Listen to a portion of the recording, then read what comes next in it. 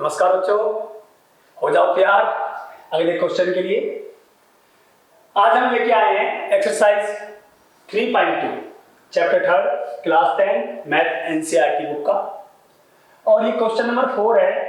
Question number 4 क्या कहता है, आपको ऐसे बहुत सारे समीकरण युग्म दिए गए हैं, 1 2 3 4, बाकी आप करेंगे, मैं 1 2 कराऊंगा। और आपसे कहा गया है कि सबसे पहले तो ये चेक करो कि ये समीकरण युग्म संगत हैं या असंगत है। अगर असंगत है तो छोड़ दो इधर, और संगत हैं तो इनका ग्राफीय विधि से हल ज्ञात करो, इनका निरूपण करो ग्राफीय विधि से इनका। तो सबसे पहले हम चेक करते हैं कि ये संगत है कि असंगत है। चलिए, और उसकी विधि क्या है, a1 b1 c1 a2 b2 c2।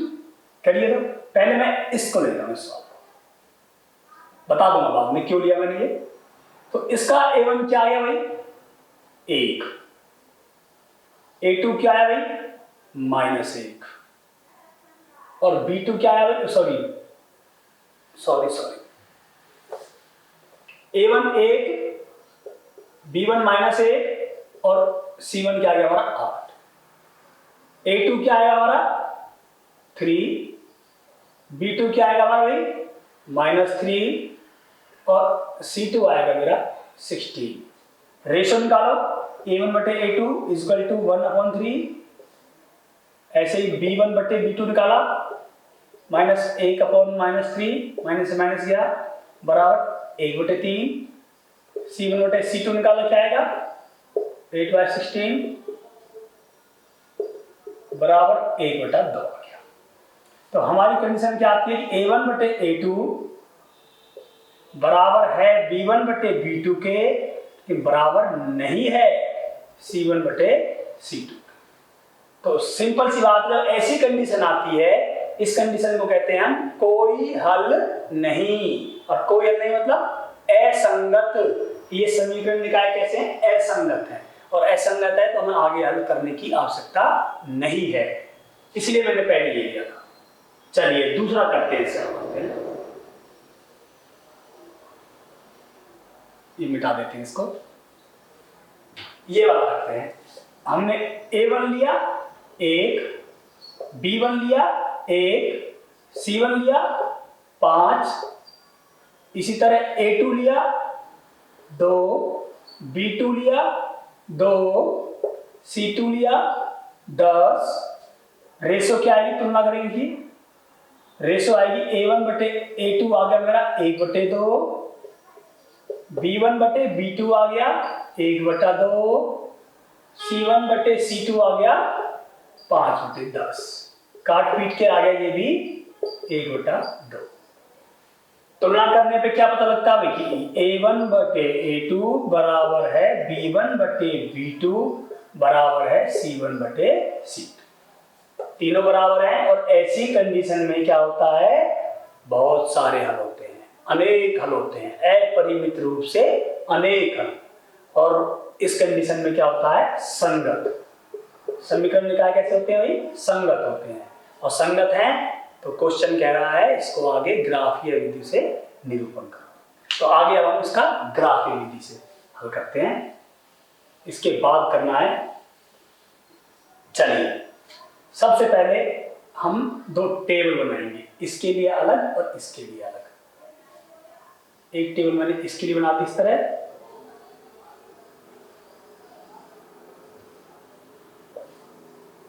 आप पहले कर चुके होंगे ये काम, 9th कक्षा में आप सीख चुके हैं इनको। एक्चुअली में क्या है, इस समीकरण के हमें x और y के मान निकालने हैं, x और y के मान। हम क्या करते हैं, x और y में से किसी एक का मान अपनी तरफ से मान लेते हैं, सपोज कर लेते हैं। तो मैंने x का मान यहां पर मान लिया 1। अब उस मान को इसमें रखेंगे भाई, 1 जमा के y बराबर 5, y यही रहेगा, 5 पहले से इधर था, 1 को उधर ले गए माइनस का 1 हुआ, और 5 + 1 माइनस का साइन डिफरेंट कटेंगे, ये आ गया 4। तो y इक्वल टू क्या आ गया 4। कब आया, जब मैंने x 1 लिया तो y मेरा 4 आ गया। इसी तरह और लीजिए, अब मैं x बराबर 2 ले लेता हूं, 2 लिया भाई, तो दोबारा से मैं यहाँ 2 रखूंगा, 2 जमा के y बराबर 5, और ये y बराबर जाएगा 5 पहले से इधर है, 2 बराबर से इधर जाएगा तो माइनस का 2 हो जाएगा, और इनकी घटा होगी, ये आ गया मेरा 3, तो y बराबर 3। 2 ही मान काफी है, तो आप लेना चाहे तीसरा भी ले सकते हैं, लेकिन 2 से भी काम चल जाएगा। इसी तरह मुझे इसके मान निकालने हैं।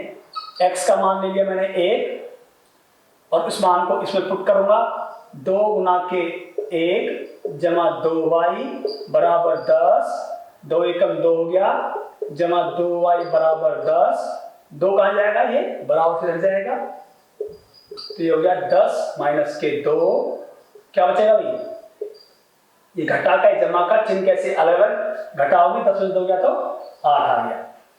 अब ध्यान से देखो, ये 2 जो है y के साथ गुना में है, और गुना वाली चीज बराबर से रह जाती है तो वो भाग में जाती है, ऐसे काटा पीटा इसको हमने, ये आ गया y बराबर 4। तो x का मान क्या था, 1 था, तो y का मान क्या आ गया भाई 4। इसी तरह दूसरा मान निकाल लेंगे। अब हम x का मान क्या रख लेते हैं, 0 रख लेते हैं, चलो 0, x बराबर 0, 0 को मैंने यहाँ रखा तो 2 गुना 0 हो गया भाई, प्लस 2y बराबर 10, 2 गुना 0 0 है, छोड़ देंगे इसको, 2y बराबर 10 आया, तो y बराबर क्या जाएगा 10 बटे में 2, ये काट के आ गया मेरा 5। कब आया, जब मैंने x का मान 0 रखा, तो y का मान क्या आ गया भाई 5 आ गया।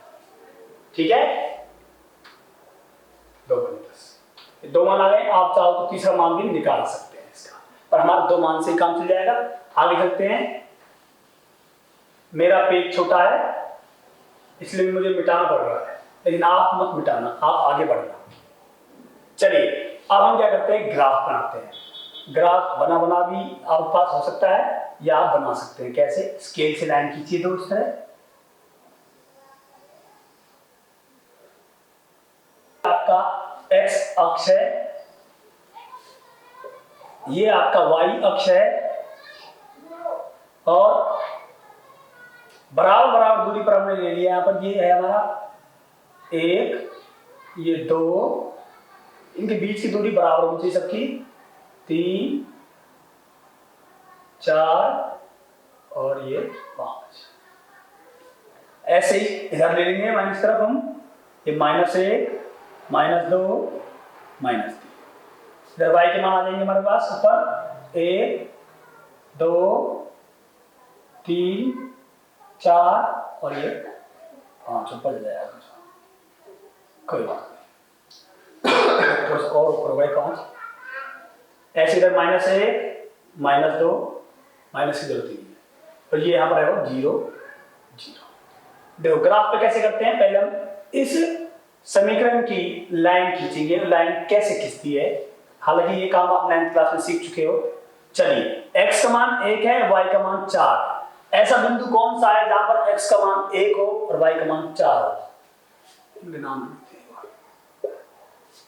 इसके सामने ये जो लाइन खींचेगी, इस लाइन पर x का मान 1 होगा हमेशा, ऑलवेज, लेकिन y के मान बदल रहे हैं।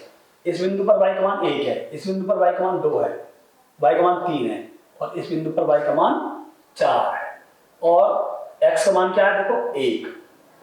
इस बिंदु पर x का मान 1 है और y का मान 4 है। तो एक बिंदु तो हमारा ये आ गया। दूसरा बिंदु x का मान 2 हो, y का 3 हो, x का 2 इस लाइन पे होगा, और y का क्या चाहिए हमें, इस तरह 3। तो ये वाला मान आ गया हमारे पास, और यहां लिख सकते हैं पॉइंट लेना हम, ये 2, 3 और ये था 1, 4। तो ये 2 लाइन बिंदु आ गए। इन दोनों बिंदु जब मिलाएंगे तो एक लाइन बन के आएगी इस तरह, इस तरह लाइन बन जाएगी आपकी। इसी तरह इस समीकरण की लाइन बनाएंगे हम, x का मान 1 है और y का मान 4 है, वो बिंदु हमारा सही कर सीएगा। दूसरा क्या है, x का मान 0 हो और y का मान 5 हो, ये यहीं से जाएगी इसका। तो ये बिंदु जो है x का मान क्या है यहाँ पर 0, y का मान क्या 5, तो दूसरी बिंदु हो गई। तो इस समीकरण के 2 बिंदु कौन से हैं, ये और ये है, इनको भी मिलाया। तो देखो ध्यान से कैसी लाइन बनेगी, देखा, उसी लाइन के ऊपर लाइन बन गई है। और जब हमने पहले चेक किए थे, हमने पहले ही बता दिया था कि लाइनें कैसी बनेंगी भैया, संपाती बनेंगी, क्योंकि अनेक हल आया था इसका।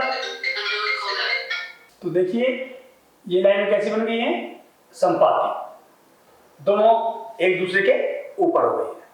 हालांकि हमने ये पहले ही पता लगा लिया था, A1 B1 और A1 A2 B1 B2 C1 C2 की तुलना करके, लेकिन उसने ग्राफ या निरूपण मांगा था क्वेश्चन ने, तो ग्राफ के द्वारा भी हमें पता लग गया है कि लाइनें कैसी हैं, समपाती हैं। तो उम्मीद है आपको ये क्वेश्चन समझ में आ गया होगा। बाकी क्वेश्चन आप स्वयं करेंगे और फिर भी कोई प्रॉब्लम आती है तो आप उसे कमेंट्स में लिखकर पूछ सकते हैं। थैंक यू, धन्यवाद।